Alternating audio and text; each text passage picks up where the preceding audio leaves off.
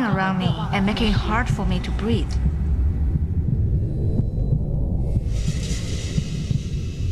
I raised my cap, and the strangers were gone. I love stories like this. Ghost stories. A lot of torture place, a lot of people die there. We heard a voice About places we're not supposed to go. We're warned not to go. But I'm no ghost hunter. The fear, the superstition, always hides a bigger story, a true story.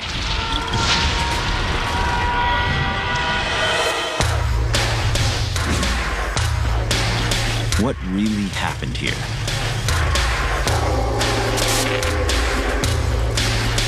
And if you knew, would you still go there?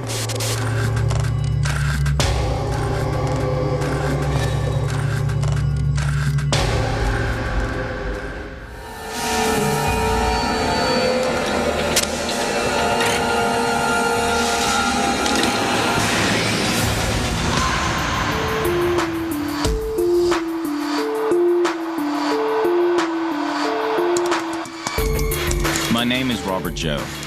I'm a blogger and urban explorer. I didn't come here to chase ghosts. My theory is that whenever you find a place with lots of ghost stories, it's often because a true horror or tragedy inspired these alleged hauntings. Taiwan has a complex history. Confucianism, Buddhism, and Taoism intersect. And for many, the material and spiritual worlds are inseparable. One place in particular caught my interest: Green Island, off Taiwan's southeast coast. It's billed as a resort destination, but this story didn't sound so idyllic. A legend about a cave with buried treasure, where some fortune hunters got more than they bargained for. I am the general manager of Tongxiang Hotel. My name is He Xiaoyu. I was born on 22nd January 1958. In 2008, some people from Taichung came to Green Island to dig for gold. We told them there was no gold on Green Island, but they insisted there was.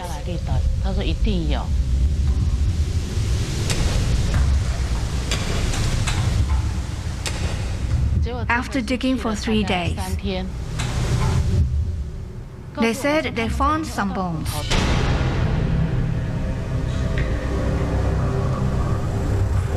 I was worried, so I decided I should tag along as well. There was also a nun from Taichung with them.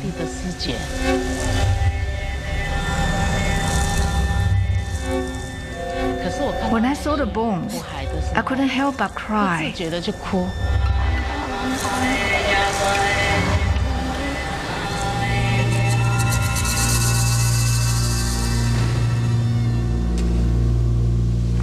We went with the diggers to the cave every night and helped carry the bones away. One night, around 9 p.m., I felt a sudden wave of drowsiness hitting me.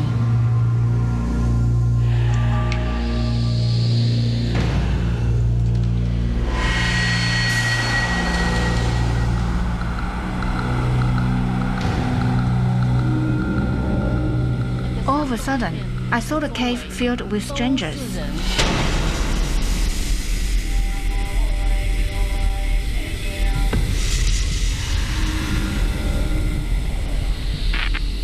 They were crowding around me and making it hard for me to breathe. I raised my cap, and the strangers were gone. It was darkness all around me again. I was very confused, so I covered my face with my cap again. But then, they came back. They just stood there, staring at me. So, of all the haunting stories I found here, this is the most bizarre. It's some sort of hotel owner from Green Island teaming up with treasure hunters to look for buried gold in a cave, but when they dug up the ground, instead of gold, they found human bones. As they were digging up the bones, that's when the hotel owner had some sort of paranormal encounter. Now, this entire story about this cave and the gold and the ghosts, obviously there's got to be some sort of reputation so that the locals stay away from this place. This story had the makings of a perfect investigation. Was there a connection between Mrs. He's story and something that could have happened in Green Island's past?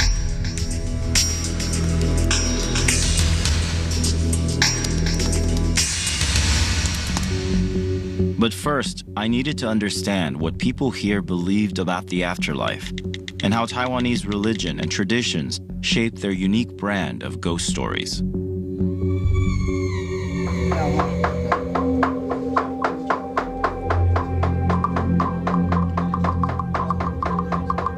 I was invited to a Taoist temple to get some answers.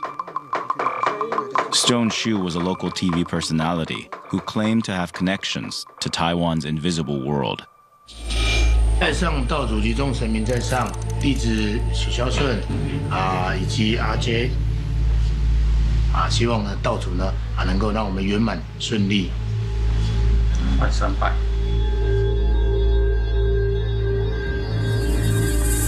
这是道教的一个庙，是台湾人基层生活的一个庙。台湾有来自印度的佛教，有来自西藏的密宗。 但是最主要，这样子的一个宗教是让大家在生活里面最接近的一种方式。How is Taoism different from other religions here in Taiwan? 道教里面它很注重，就是说前世跟今生跟来世，它所有的这种生命的循环，他觉得人是不断的在转世的。道教它有很多的物件的交换，今天我祈求了一个愿望，他如果给我的实现了。 那我就会拿什么东西来还，它其实互动性蛮高的。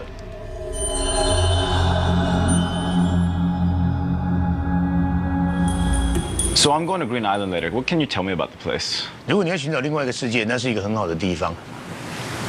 那边有一个山洞，里面有一尊观音。当你进入那一个钟乳石洞的时候， 如果你的心是很轻的，他愿意跟你来接近的话，你马上就可以感受到那一尊观世音菩萨给你的一个绝对的力量。我希望把这个送给你，希望给你好运。这是很好的木头，希望一切都很好。你去绿岛呢，能够有很好的收获，有你要的故事，有很大的鬼来找你。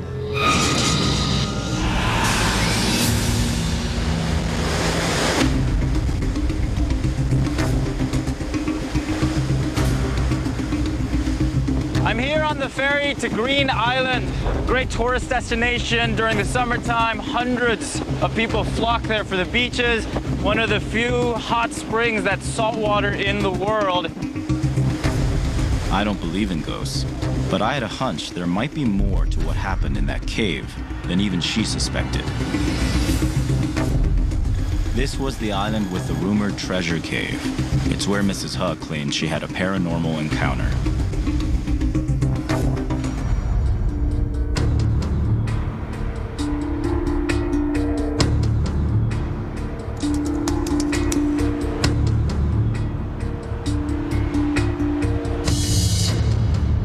I met up with my local fixer, Vicky.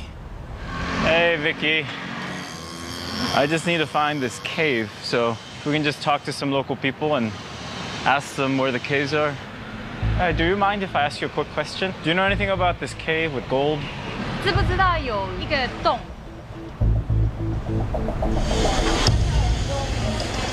知道，没有这个事。Those guys look like they might know. 绿岛有什么洞吗？你说燕子洞吗？燕子洞不要去的好。Don't go there, don't go there. The cave was living up to its reputation. Most of the people didn't know where it was at all. No one had heard of it. And then the few people who did seemed to give me a warning not to go there. So I don't know what to make of that. Did find out at least, though, that it's called Swallow Cave. I wanted to find out what were the chances of gold being buried on Green Island.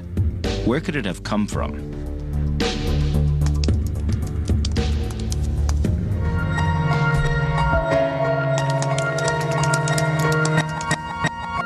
I turned to Jerome Keating, a professor who is an expert in the history of this area. I heard a rumor about buried gold on Green Island. Is it possible for gold to be on the island? There are always pirates in these areas. The Philippines had a story about the Japanese buried a lot of gold somewhere. This one, however, has a couple possibilities. One would be gold from a Spanish galleon, and another could be pirates, and another could be just that the Europeans, especially the Dutch, were searching through Taiwan for gold as well. So there's possibilities that would feed these type of ideas. The Spanish had a trade route, what we call the Manila-Acapulco trade route, going from about 1575 up until the early 1800s. Therefore, the possibility of Spanish galleons were coming to Asia on a regular basis. Now, also, of course, with the hurricanes and typhoons that come, easy to see how a ship could get off course and crash by Green Island. So that would be certainly a possibility. So it wasn't impossible for some colonial age treasure to have landed up on Green Island. That could have helped spread rumors about the cave.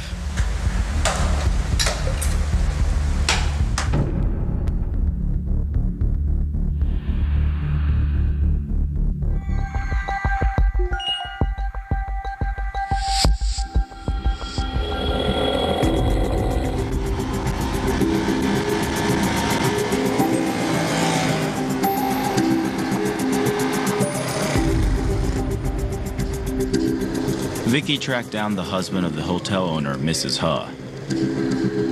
He said he could explain what happened.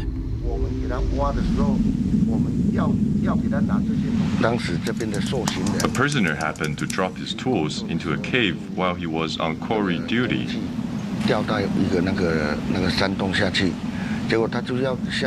When he went looking for the tools,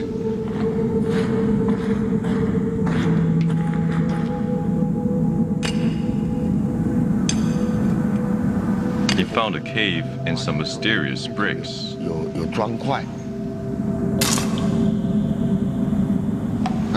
He chiseled the edges of the bricks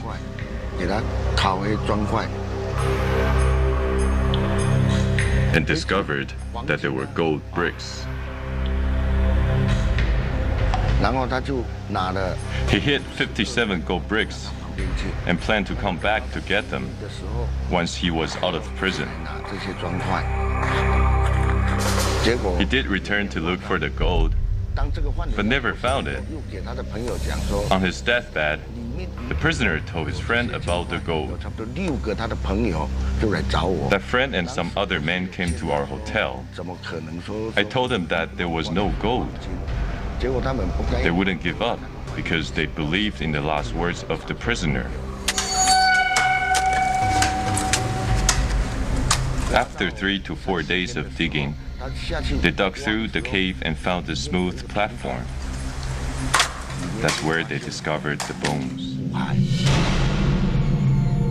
If you find human bones for any reason, you need to collect them and bury them properly. I then joined them to look for more bones that needed proper burial. Did you ever find the gold? Nothing, no gold at all. So Mr. He seemed pretty confident that there wasn't any gold in the cave. He did mention that it was actually a prisoner who was the first person to go look for gold there. Mr. He also seemed pretty reluctant to bring me to the cave, and he said that I should actually talk to a local guide who has nothing to do with the treasure hunters, and they would take me there.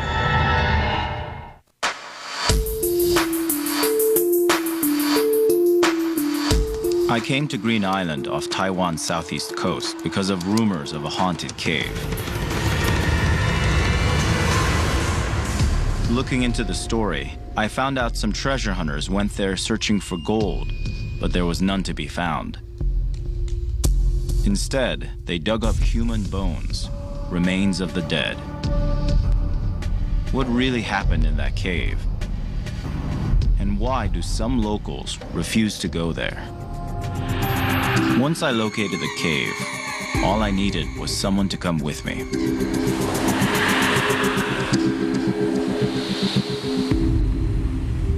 Zheng Yaling was a local guide who lived on Green Island. Why is it called Swallow Cave? It's very shady and cool inside this cave, and it has swallows. So the people of Green Island call it Swallow Cave. This is a sea cave, but there is a platform inside, made by the political prisoners locked on Green Island back in the 1950s. Their jails were near the cave, so they built a platform inside. Yaling mentioned prisoners. There was a prisoner. And in Mr. He's story, it was a prisoner that first came here looking for gold. What do you mean prisoners? In the 1950s, the government in Taiwan exercised martial law. They caught some intellectuals and brought them to Green Island to be reformed. Then she dropped a bombshell. Green Island is very hot, so if any political prisoner died, he was placed here on this platform. So the place became a temporary morgue.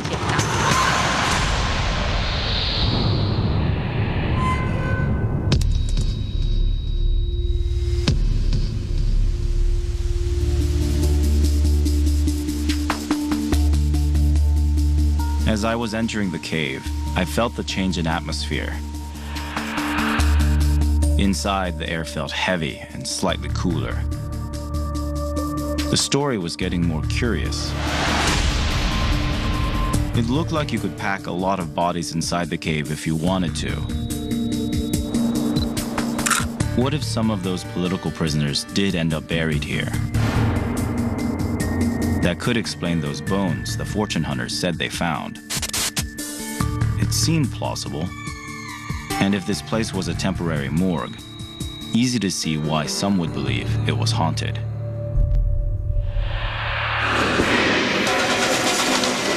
Just came out of the Swallow Cave, and you can see swallows flying around near the ceiling. But the space, you can imagine it being large enough to just stack bodies all alongside it. So that could be true. However, the rumor of treasure being buried here was most likely a hoax. I sensed I was now close to the real story. Dead bodies in that cave could lead me to the truth about what happened here. I knew that the spooky reputation for the cave had to have some other story, and I finally found something that had a ring of truth to it. Why were these bodies stored there? And these political prisoners, what crime would they have committed to be put there?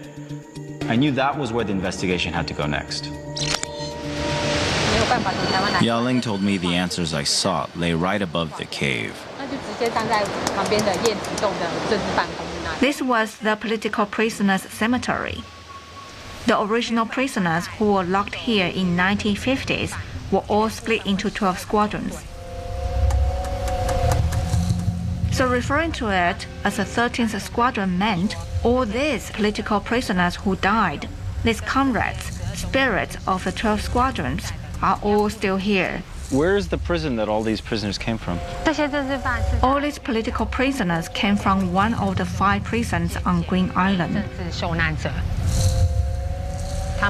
When they died, they were buried here. 5 prisons? Why so many? Since the Japanese colonization, there have been prisons here. From what Yaling said, Green Island of the past sounds a lot like Alcatraz. And there was a long history of captivity here, including a period when people were detained for their political beliefs.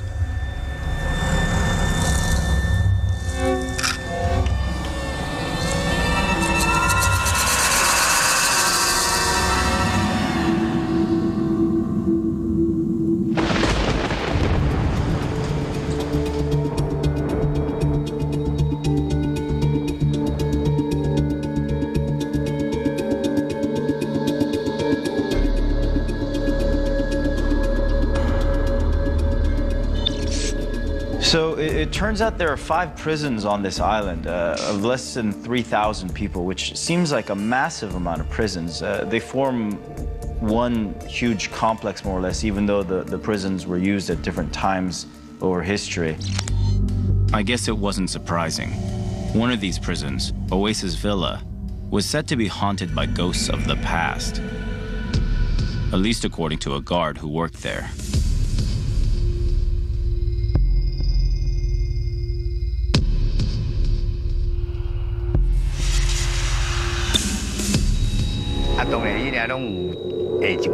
Oasis Villa has seen a lot of mysterious deaths.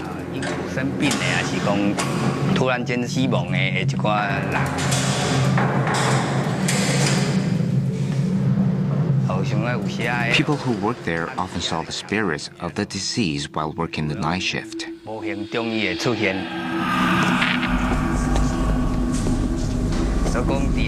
It can be quite spooky sometimes. I was doing rounds on the first floor.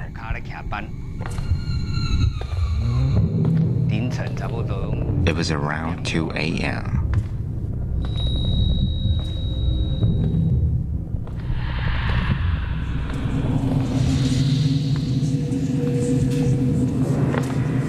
I saw the back of a figure in the hallway. He was in a white prison uniform with blue stripes.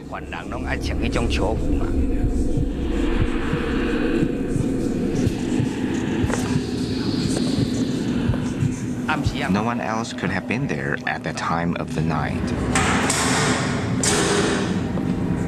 The uniform that the prisoners wore at the time when we were working there was not striped.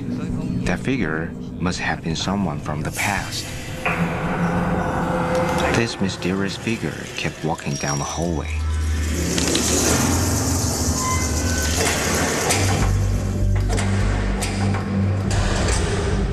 And then he disappeared.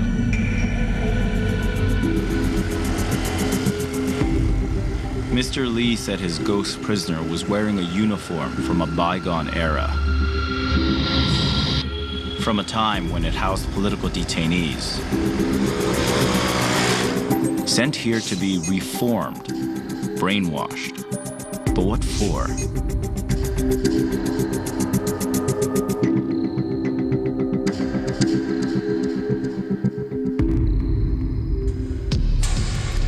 What kind of stuff took place here?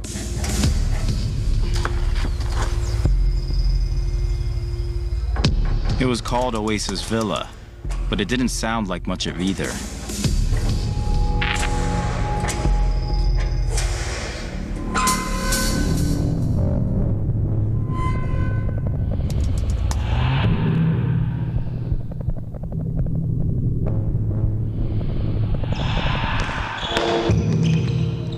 This is the basketball court.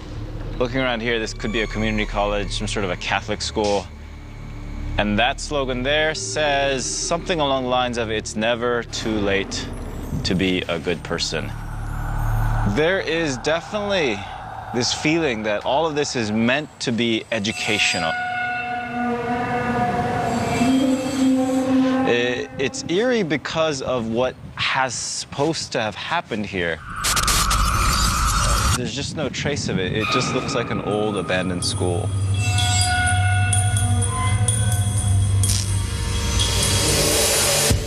This is the Oasis Villa. This is the main central area where I said the guards controlled everything. And you can see right there, clearly a hexagonal shape. Quite beautiful, actually. This is the second floor, and that's where they keep the special case prisoners, and that is where he had his paranormal encounter. Let's take a look.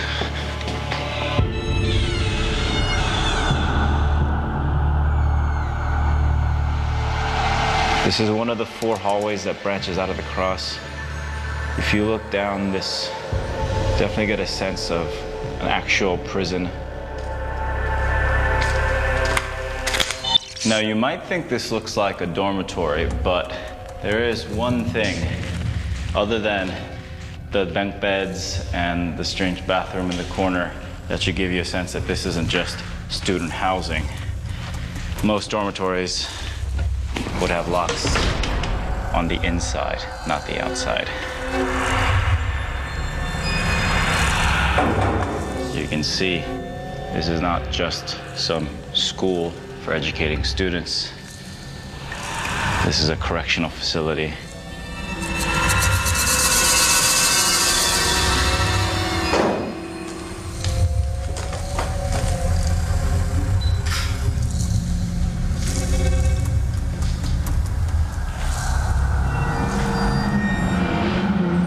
And here you got padded walls.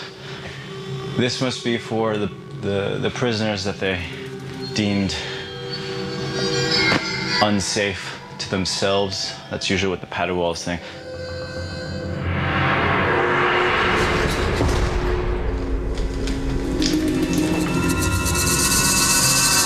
Re-education. That's often a politically loaded word used when a government wants to control its citizens. I kept seeing the phrase, the White Terror. What was that? How did it relate to throwing people in jail for their politics?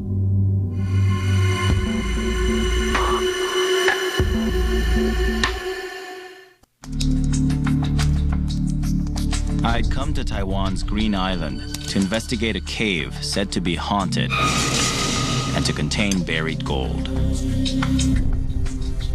There were no ghosts and no evidence of gold, but the cave was likely used as a morgue for political prisoners who died on the island. There was a whole complex of prisons here, some used to detain people for their beliefs. All of this was happening during a period called the White Terror. There's something disturbing about Oasis Villa. The name sounds like a resort, but it's obviously a prison, now closed. The doors, of course, lock on the outside. And the people that were sent there had to trade their old beliefs for new ones that the authorities could accept. All of this happened during some period called the White Terror. Now, I want to know what exactly happened during this period and why were these people sent there?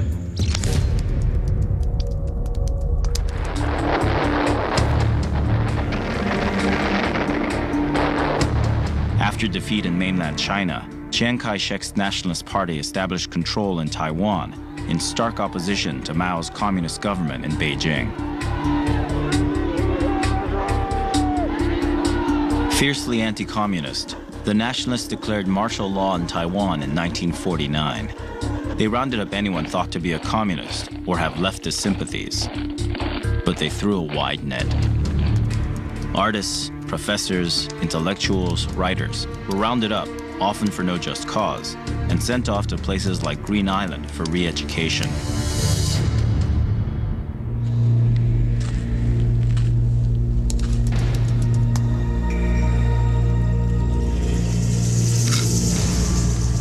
I went back to the prison complex on Green Island to check out the New Life Correction Center.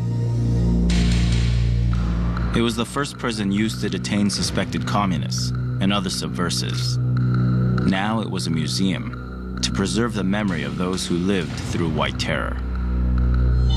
Inside the New Life Correction Center, I'm here at the wall of faces of the people who actually stayed here. When you see the wall, you really start to get a sense of the scale of what the people here went through.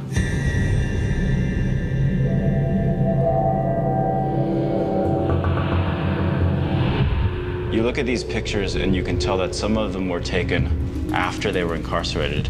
Obviously the ones with the numbers around them. But then some of them look like they almost just came from family albums. And then of course, you look and you notice the details that suggest the type of treatment they had while they were here.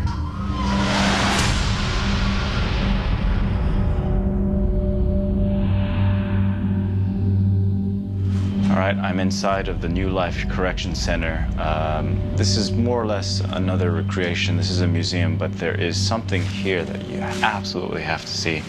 These people here are not moving because they are mannequins, but eerily real. In fact, that guy sitting there reading Even from this distance, I feel like he's just about to move. This guy right here is the perfect example of what went on here. These were educated people going through a re-education, musicians, scholars, literary people. And this is right in a nutshell what was going on here. Re-education of people who were already educated.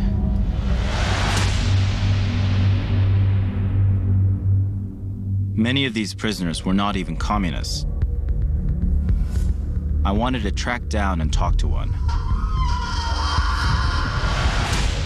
Guo Chungjuan was locked up in New Life Correction Center in the 1960s. So, Mr. Guo, could you tell me the circumstances of your arrest? They said they were arresting communist spies. Mr. Guo was 28 years old at the time he was arrested. He was working in a grocery store with his friend. Years later, he wrote a memoir of his experience in prison. So what were you doing when they came for you? At 12 a.m., they came and said they needed to look into some matters. They looked at my identification card and said there was something wrong with it. I had to follow them for further investigation. And just like that, they brought me to the police station. They interrogated me. They provided me with the document, which they wanted me to sign to confess. I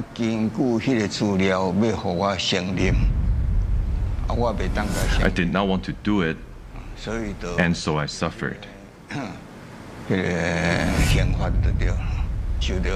I suffered terribly at first. I was beaten and kicked. They pulled out both my toenails. It was torturous. But I still did not give in. I bit my teeth hard, tolerated the pain. They still didn't release me. Mr. Guo's story was hard to listen to. Today he speaks openly, hoping to educate people about the mistakes of the past. But to be tortured because of your suspected beliefs is difficult to forget. They should have given me the death sentence, but I was sentenced to life imprisonment instead.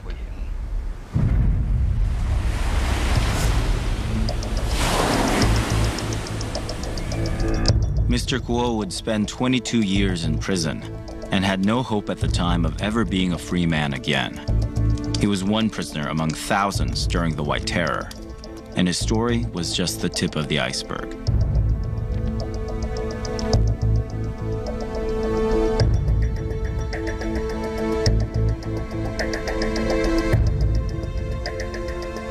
There was much more, but the full story wasn't on Green Island. It was in the capital, Taipei.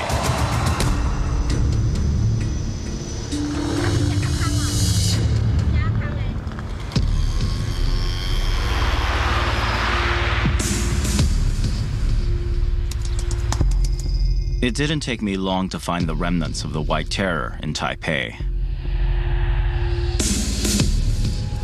Mr. Guo told me I could find out more by going to the infamous Jingmei Detention Center.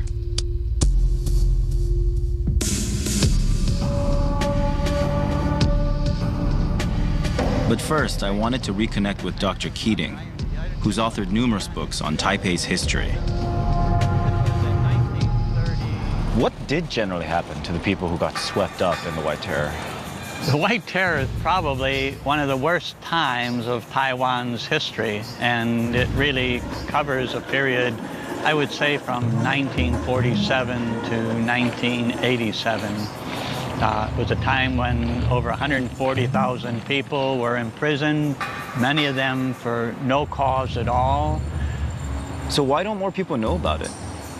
Well, I would say one is the difficulty in accessing records and knowing where to go for the information. I asked him what he knew of Jingmei. Jingmei was mainly for political prisoners. It was a place of detention where you were awaiting trial. So you would spend time there, and then you would get your trial, a military court usually, and therefore some did not even bother to get a lawyer. Worst case scenario, you would be convicted and executed. More likely scenario, you would be sent to Green Island. The information that I can access, where would I go to get that?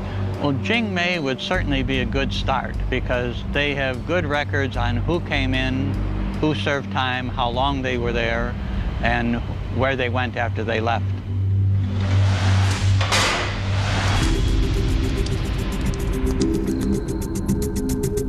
Once a feared prison and place of judgment, today it's a human rights memorial. If there was any place that held answers, this was probably it.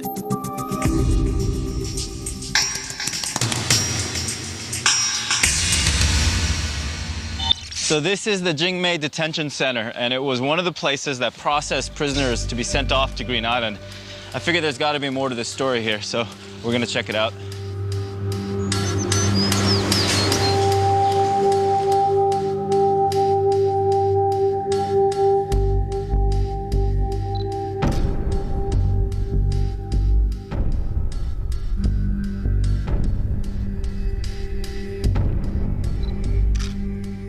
It looked like a movie set at first. Telephones behind bars for prisoners to communicate with loved ones. And then old tape recorders used by authorities to listen in on those very conversations. Through the exhibits, I began to get a picture of the secrecy and paranoia that shrouded White Terror like a fog, like a ghost. No wonder so little was known for so long. I wanted to talk to someone who had actually been imprisoned at Jingmei before I could really put the pieces of this puzzle together.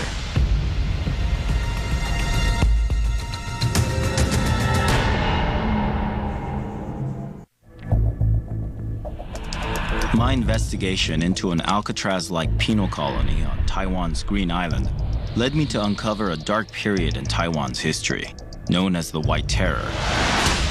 Taiwan was a place haunted not by ghosts, but by its more recent past.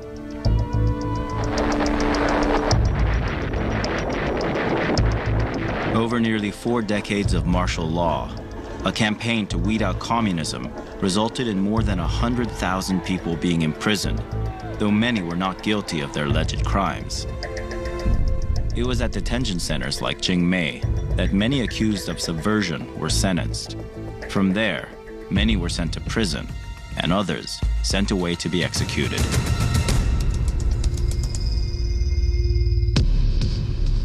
Thousands had faced a whole system of injustice here.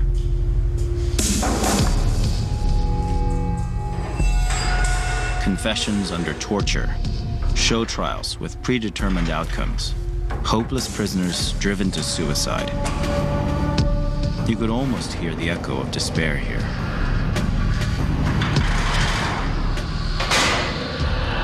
This is the investigation court. You take a look inside and you immediately get a sense of theatricality.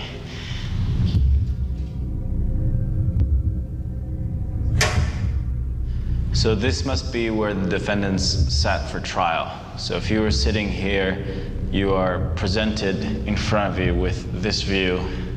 3 judges staring down at you. You would be expected to be cowed to a certain extent.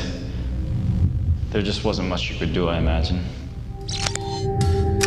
But some prisoners did manage to do something. In 1970, a group of Taiwanese dissidents, some of them still prisoners in Jingmei, put together a detailed list of 214 political prisoners and leaked it to Amnesty International. Dr. Chun Chung Tong was one of those dissidents, and he agreed to meet. I was responsible for physical checks at that time for everyone. They told me their names, age, etc. I took down all the details so that they could be shared. Dr. Chun's medical training meant he had access to patient records at Jingmei, and those told a story that wasn't in the newspapers. At that time, we seldom had a chance to read the newspaper.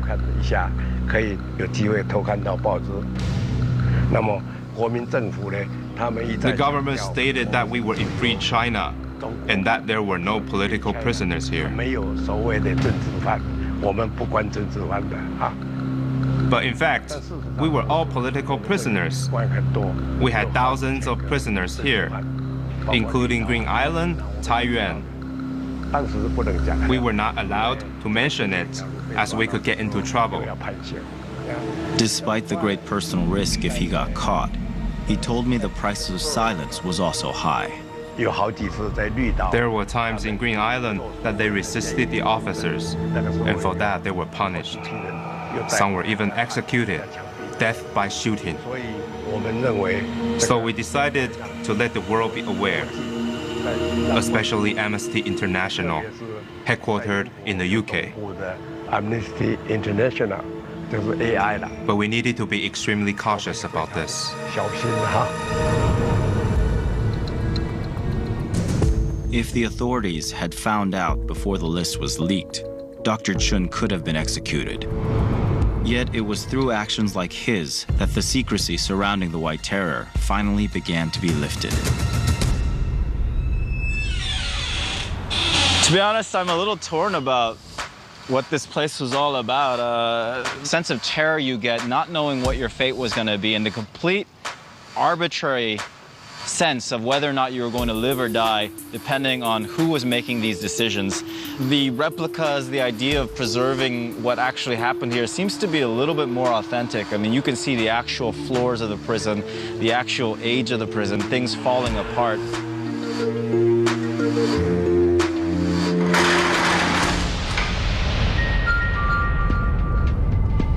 Jingmei Detention Center is now Jingmei Human Rights Memorial Park, just like Oasis Villa on Green Island. The reluctance to face that past here is gradually changing in Taiwan, even though many still prefer not to discuss it. Over time, the White Terror survivors managed to return to Jingmei Detention Center and Green Island. They published memoirs about their experiences and continue to share them with the world and exorcise the demons of the past. Taiwan's martial law was lifted 38 years and 57 days after it began. It was one of the longest in history.